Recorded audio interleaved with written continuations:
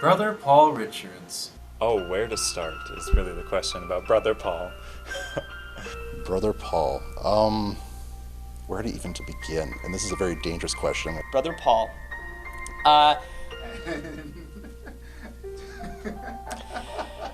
you have any? What would you like to know? Brother Paul's fine. He's fine. Brother Paul, such a fabulous man. He knew what he wanted, had high expectations, and always expected the most out of us.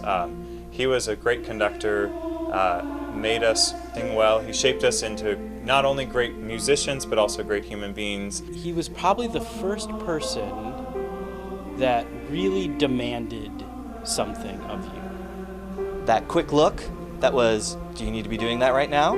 I'd still be walking down the hall here at St. John's, and if Brother Paul sees me, he can pretty much just snap his fingers, and I'll pretty much stop dead in my tracks. I mean, was he one of the most influential people of my childhood? Yeah, I mean, but he's still just fine.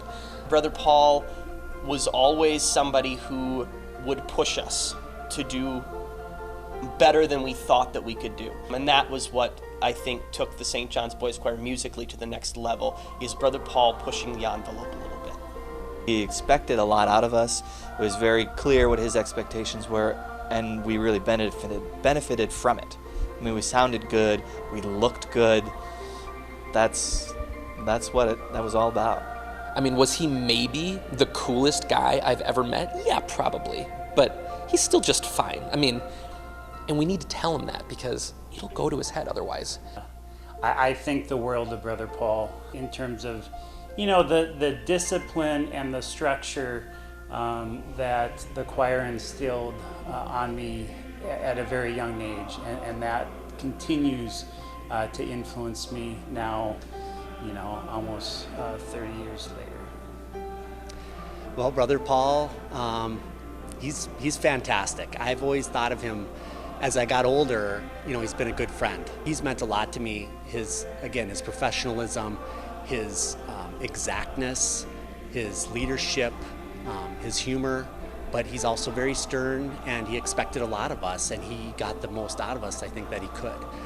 He had a very large impact on my life. The things he taught us and me helped shape the person that I am today, and I'm forever grateful. If we tell him, oh, Brother Paul, you've been so influential to me, and I think you're really great, and I still love seeing you, and all of that kind of stuff, which we can't tell him, obviously. We can't tell him that stuff. Tune in, Bruce.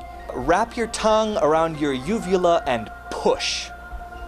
Carefully, prayerfully, and above all, in the presence of God.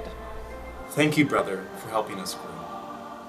He would also say that your great grandma from Uppsala is in the back row and she needs to hear you.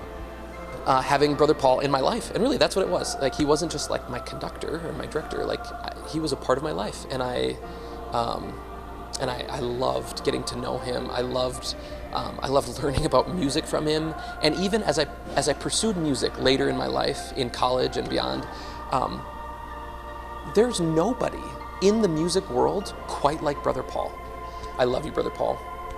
You've been a really special person in my life. So he's fine. So if you're going to use this, I would just say he's fine and kind of leave it at that.